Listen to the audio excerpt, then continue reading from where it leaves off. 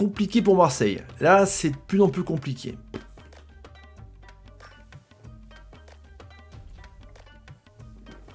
Salut à tous footeuses et footeux de ma famille, c'est Thomas, 3-0 pour Porto avec Marega, Oliveira, Diaz. On va en reparler en fin de vidéo les amis, restez bien attentifs jusqu'à la fin.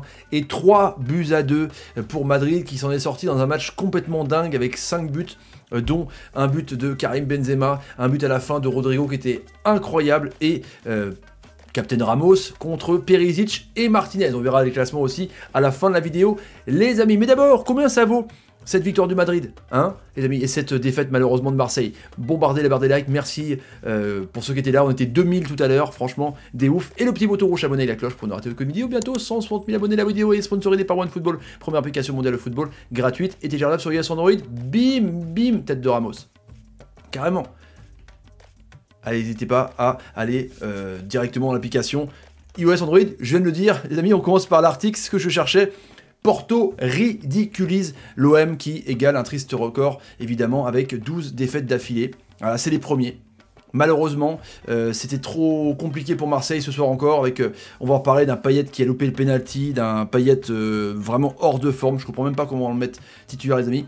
Merci pour l'article Romain Velter. On passe d'abord à Madrid avec un match, franchement, du spectacle, hein. 5 buts, j'attendais vraiment depuis longtemps de commenter ce match avec vous, c'était vraiment ouf, avec du jeu, une composition d'équipe à 3 évidemment pour les hommes de Conte, avec un énorme Martinez, un super Brozovic, du combat, un Hakimi complètement énorme, presque attaquant, et puis quand on voit que Zidane, à chaque fois, quand il est menacé, eh ben, il s'en sort, il gagne le Classico, il gagne contre Huesca, Hazard qui revient, et puis là, il revient 3ème de la poule compliquée avec le carton 6-0 de Gladbach contre Shakhtar, c'est ouf cette Champions League. Donc, un Madrid cohérent, qui a eu peur quand même au 2-2 de voir l'Inter revenir, alors que eux, généralement, depuis la Champions League, ils reviennent au score quand ils sont menés, mais il y a quelque chose de plus quand même. Puis Zidane a une espèce de magie avec ses joueurs. On a vu aussi un Thibaut Courtois complètement énorme. Courtois, très critiqué, qui a fait 3-4 arrêts ultra importants sur les images, les amis, avec des frappes par exemple de Martinez ou de Brozovic ou même d'Ambrosio. On voit quand même que c'est un gardien qui était arrivé sur la pointe des pieds pour remplacer Navas, qui n'était pas bon au début, et là qui est quasiment le meilleur madrilène depuis un moment, les frérots. Donc ça c'est clair. Donc je pense que on peut miser sur Courtois dans les meilleurs gardiens du monde. Dites-moi en commentaire ce que vous en pensez. Les amis, il y a un super Karim Benzema qui a encore marqué un but sur une énorme erreur de relance sur le côté de Vrij, sur D'Ambrosio par contre. Pardon, ouais, c'est D'Ambrosio qui a fait une passe en retrait complètement dégueulasse. Andanovic, pourtant qui est très très bon capitaine de l'Inter, qui a mal vu. Et puis Benzema ne se trompe pas et donc marque le but. C'est un but vraiment, voilà, le 1-0, l'ouverture du score, elle est cadeau. Alors que l'Inter commençait petit à petit à revenir dans la partie, à positionner son milieu de terrain avec un énorme Nico Barella. Barella, franchement, les amis, la talonnade qu'il fait pour Martinez, c'est un truc de ouf. Franchement, quel attaquant, quel monstre. Il a failli partir pour Barcelone, l'Inter a eu raison de le garder. C'est un joueur, pour moi, un des tops, peut-être top 7, top 8, attaquant numéro 9 mondial en tout cas. Il est jeune encore, l'Argentin, mais le but qu'il met, la passée qu'il met pour Perisic, ça a été vraiment fantastique. Perisic, comme je vous dis, j'en ai parlé dans mon avant-match, qui est un joueur pour moi sous-côté. Bayern Munich, ils n'en voulaient plus. L'Inter, il est revenu dans son club, et puis là, il marque un but. Sur le côté, là, il trompe un petit peu Varane et Ramos, pas un ballon fort, mais placé, qui trompe Courtois. Et après, il y a eu évidemment l'ami... Ah, il y a eu le loupé de Benzema aussi, qui aurait pu coûter cher si jamais ils avaient égalisé, avec cette main devant le but. Truc de ouf, c'est rare quand ça lui arrive. Ça a cuté complètement, ça a touché sa main devant De Vrij. Là, c'était chaud. Là, il s'en serait voulu. Et puis Rodrigo...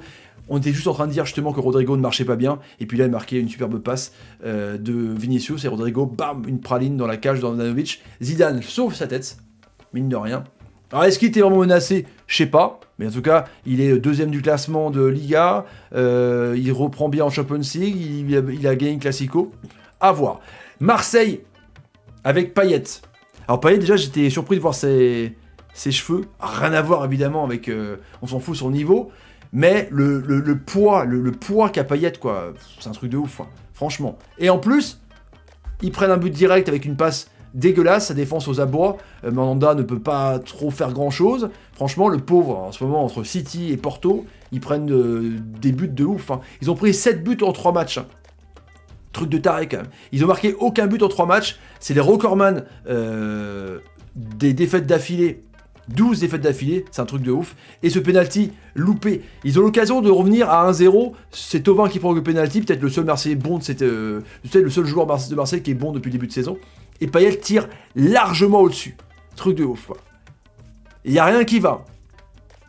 C'est... Comment dire? Et après, il y a eu aussi un penalty qui aurait pu être...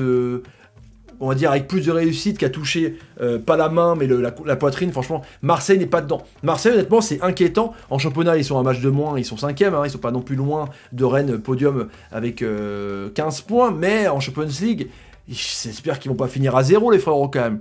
Ils reçoivent Porto après la trêve. Ils reçoivent l'Olympiakos qui a pris une danse encore contre City. Et après, ils vont à City pour finir. Là, il faut au moins prendre un point pour sauver les meubles. Objectif 3e place.